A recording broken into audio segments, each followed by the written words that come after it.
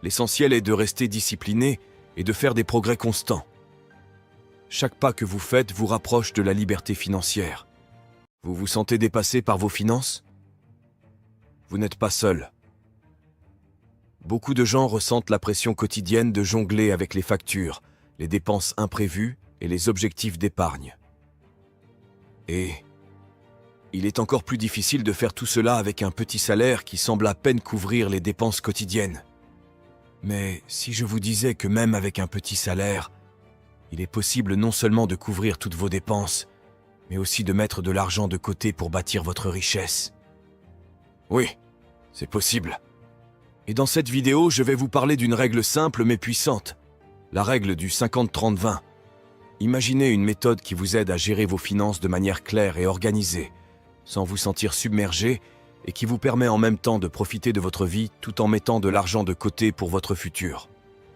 La règle du 50-30-20 est justement conçue pour cela. Elle vous permet de diviser votre revenu en 3 catégories principales.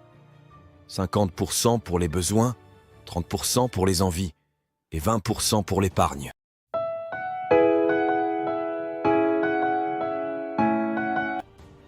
Commençons par la première catégorie et la plus importante de la règle, les besoins. La règle du 50-30-20 vous recommande de consacrer 50% de votre revenu aux besoins. Mais que cache ce terme « besoin » exactement? En fait, ce sont les dépenses essentielles, non négociables, celles qui garantissent votre survie et votre bien-être. Nous allons dire ici que c'est le socle de votre budget, c'est-à-dire la base solide sur laquelle vous construisez votre maison financière. Donc, sans ces fondations, tout risque de s'écrouler. Concrètement, cette catégorie englobe les dépenses indispensables comme le logement, les services publics, la nourriture et le transport. Comme vous voyez, les vacances extravagantes et les vêtements griffés sont exclus de cette catégorie, car ce ne sont pas des dépenses essentielles. Vous pouvez bien vivre sans une escapade à Bali, mais vous ne pouvez pas avoir une vie agréable si vous vous retrouvez dans la rue parce que vous n'avez pas payé votre loyer. Non, il s'agit de revenir à l'essentiel. Garantir que vos besoins fondamentaux sont couverts avant même de penser à autre chose. La règle du 50-30-20 recommande donc de réserver 50% de votre revenu net, après impôt, à cette catégorie. Bon, à quoi cela ressemble-t-il en pratique? Imaginons une personne qui gagne 1 600 € par mois. Avec cette règle, elle devrait allouer 50% de cette somme, soit 800 € à ses besoins. Pour calculer cela, rien de plus facile. Prenez votre salaire et multipliez-le par 0,5. Voilà, vous avez votre budget pour les besoins. Donc pour une personne qui gagne 1 600 € par mois, 800 € sera consacré à son loyer ou ses mensualités de prêt immobilier, au règlement des factures d'électricité, d'eau ou de gaz. Elle pourra aussi remplir son frigo avec des produits de base et couvrir ses frais de transport comme l'essence ou un abonnement aux transports en commun. Bien sûr, dire que 800 € devraient couvrir tout cela peut sembler peu, surtout dans un contexte où le coût de la vie ne cesse de grimper. C'est pourquoi la règle peut s'ajuster légèrement. Si nécessaire, vous pouvez allouer jusqu'à 60% de votre revenu à vos besoins. Pour une personne avec un salaire de 1 600 €, cela représenterait 960 €. Mais si malgré tout vos dépenses essentielles dépassent 60% de votre revenu, cela signifie probablement que vous vivez au-dessus de vos moyens. Et si vraiment votre objectif est de vous enrichir avec votre salaire, vous devez agir. Cela peut pas.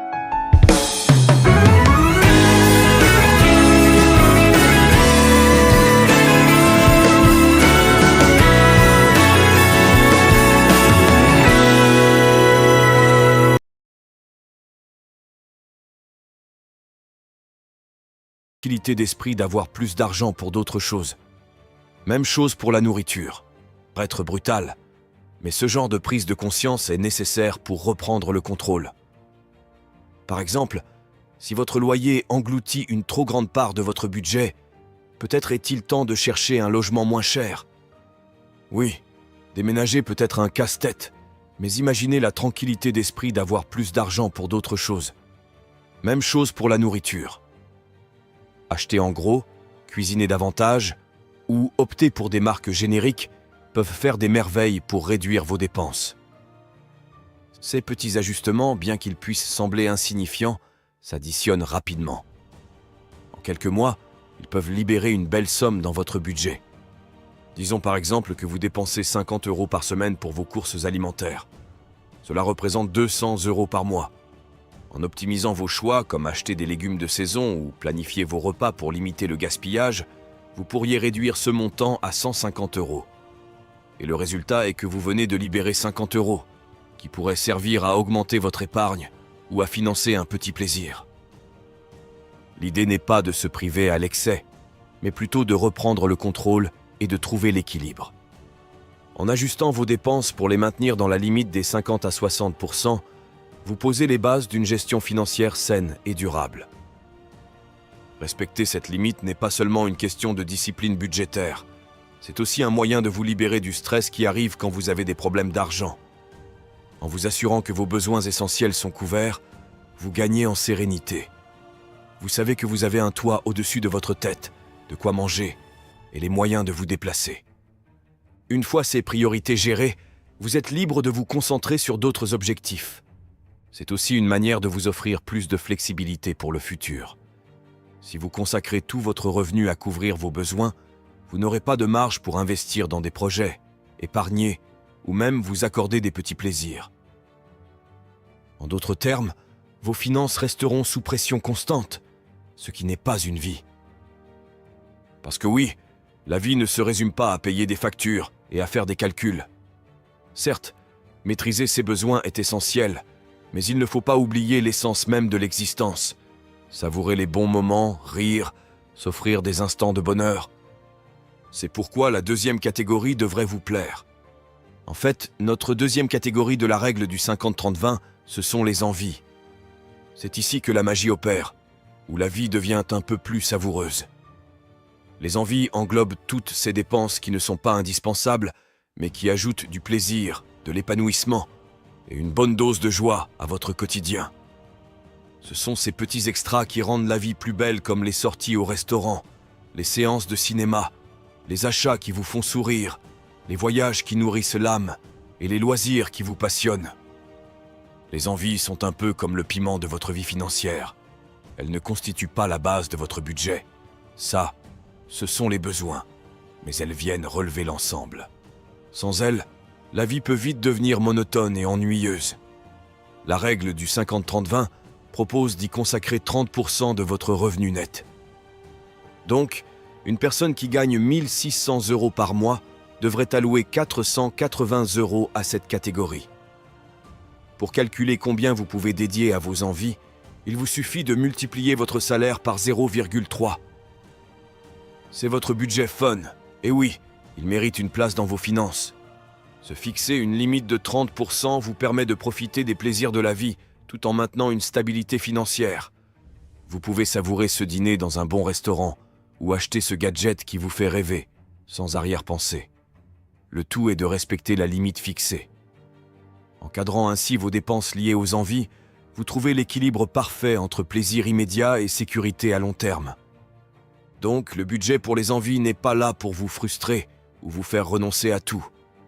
Au contraire, il vous pousse à prioriser ceux qui comptent vraiment pour vous. Peut-être préférez-vous réduire les sorties pour économiser en vue d'un voyage mémorable. Ou peut-être vous décidez que vos loisirs créatifs méritent plus d'attention que des vêtements de marque.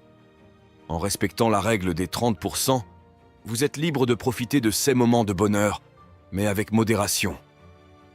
Cela vous évite de compromettre vos objectifs financiers tout en vous assurant de ne pas tomber dans l'excès. L'important, c'est de rester conscient de vos choix et de trouver du sens dans vos envies.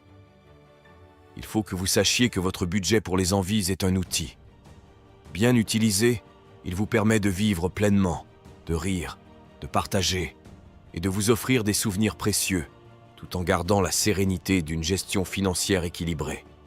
Après tout, la vie, c'est aussi savourer les instants, pas seulement préparer l'avenir.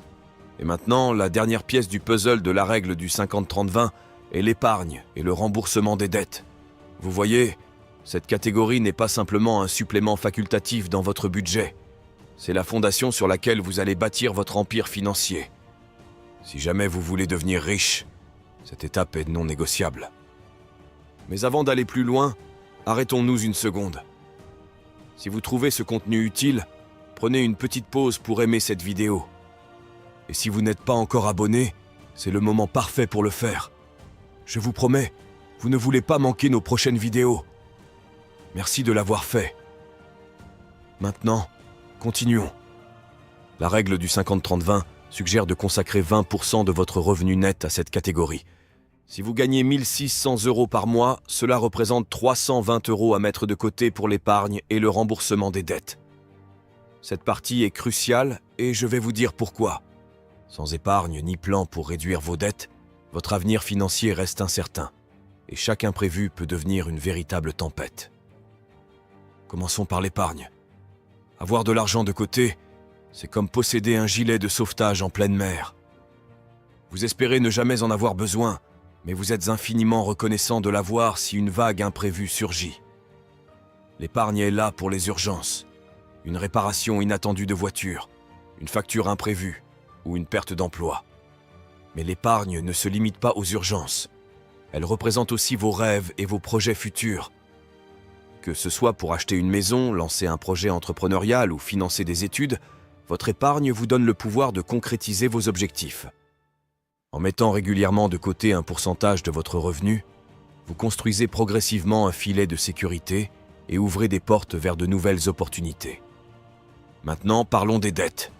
Rien ne pèse autant sur vos finances et votre morale que des dettes avec des taux d'intérêt élevés. Imaginez payer des intérêts faramineux chaque mois pour des crédits ou des cartes de crédit. Cela grève non seulement votre budget actuel, mais vous empêche aussi de bâtir une épargne solide. Pour vous libérer de ce fardeau, commencez par faire un état des lieux. Notez précisément combien vous devez, à qui, et quels sont les taux d'intérêt associés. Cette vue d'ensemble peut être un peu effrayante au début, mais elle est essentielle pour reprendre le contrôle. Une fois cela fait, élaborez un plan de remboursement. Vous pourriez adopter la stratégie dite de l'avalanche, en attaquant en priorité les dettes avec les taux d'intérêt les plus élevés, car ce sont celles qui coûtent le plus cher à long terme. Par exemple, si vous avez un prêt avec un taux à 12% et un autre à 3%, concentrez vos efforts sur celui à 12%. Une fois cette dette remboursée, utilisez l'argent économisé pour vous attaquer à la suivante, et ainsi de suite. Une autre méthode, plus psychologique, est celle de la boule de neige. Commencez par rembourser les petites dettes, juste pour avoir le plaisir de rayer des lignes sur votre liste. Ce sentiment de progression peut être extrêmement motivant. Alternativement, vous pouvez choisir de rembourser vos plus petites dettes en premier. Cette méthode, parfois appelée la méthode boule de neige, peut vous donner des résultats rapides et renforcer votre motivation. Imaginez la satisfaction de cocher une dette de votre liste. Peu importe la stratégie que vous adoptez, rembourser les plus petites dettes ou vous attaquer directement à celles avec les taux d'intérêt les plus élevés, l'essentiel est de rester discipliné et de faire des progrès constants. Chaque pas que vous faites vous rapproche de la liberté financière. Une fois que vous avez commencé à alléger le poids de vos dettes, il est temps de vous concentrer sur une autre étape essentielle, constituer un fonds d'urgence. Alors, qu'est-ce qu'un fonds d'urgence et pourquoi est-il si important? En termes simples, il s'agit d'une réserve d'argent mise de côté spécifiquement pour faire face aux imprévus. Ces imprévus peuvent aller de petits désagréments, comme une réparation urgente de voiture, à des situations plus graves, comme une perte d'emploi ou une dépense médicale inattendue. Ce fonds est là pour vous protéger et éviter que ces événements ne vous poussent à emprunter davantage. Avec un coussin financier à portée de main, vous n'avez plus à paniquer devant chaque situation imprévue. Une fuite d'eau dans la maison? Réglé. Une facture médicale imprévue? Couvert. En bref, un fonds d'urgence bien garni est comme un parapluie solide les jours de tempête. Il ne fera pas disparaître les nuages, mais il vous garde au sec. Mais combien devriez-vous mettre de côté? Les experts recommandent généralement de viser l'équivalent de 3 à 6 mois de dépenses essentielles. Si par exemple vos besoins mensuels s'élèvent à 1 000 €, cela signifie que votre fonds d'urgence idéal se situerait entre 3 000 et 6 000 €. Je sais, cela peut paraître ambitieux. Mais rassurez-vous, vous n'avez pas besoin de rassembler ce montant du jour au lendemain. Vous pouvez commencer modestement, en mettant de côté une petite somme chaque mois. L'important est de rester régulier, Avec le temps, ces petites contributions se transformeront en un montant significatif. Ce fonds d'urgence remplit une fonction cruciale. Il vous permet de gérer des situations stressantes sans vous endetter davantage ni puiser dans vos économies destinées à d'autres objectifs. Il agit comme un filet de sécurité, vous offrant la sérénité nécessaire pour prendre des décisions réfléchies, même en pleine tempête. Une fois que vous êtes en place, vous êtes prêt à passer à l'action. L'investissement est l'un des moyens les plus efficaces pour faire fructifier votre argent sur le long terme. Contrairement à l'épargne classique, où votre argent reste stagnant et parfois perd de la valeur à cause de l'inflation, l'investissement vous offre la possibilité de le multiplier.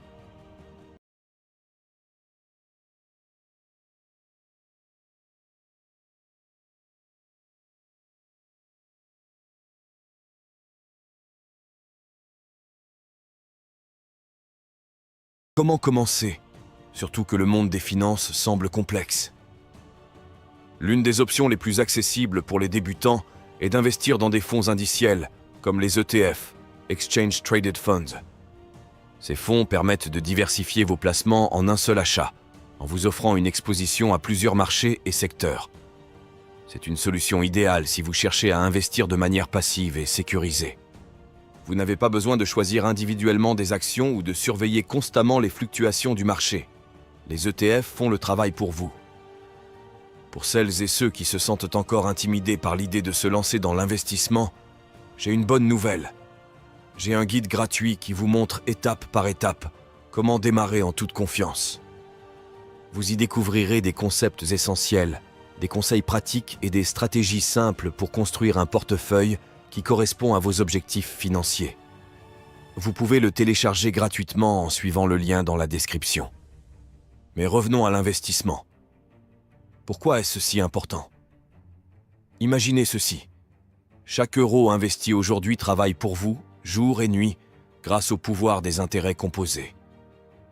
Avec le temps, vos gains eux-mêmes génèrent des gains, créant un effet boule de neige qui peut transformer une petite somme en un montant impressionnant.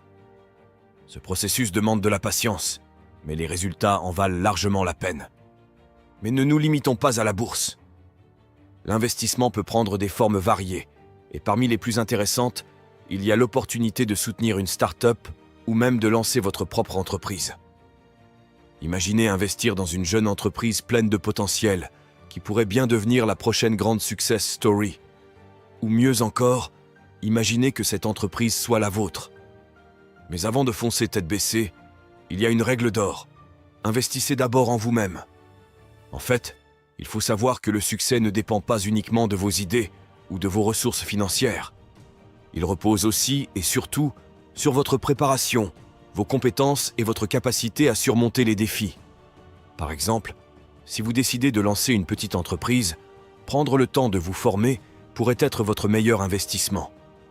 Cela peut être une formation en gestion, en marketing ou même en compétences techniques spécifiques à votre domaine.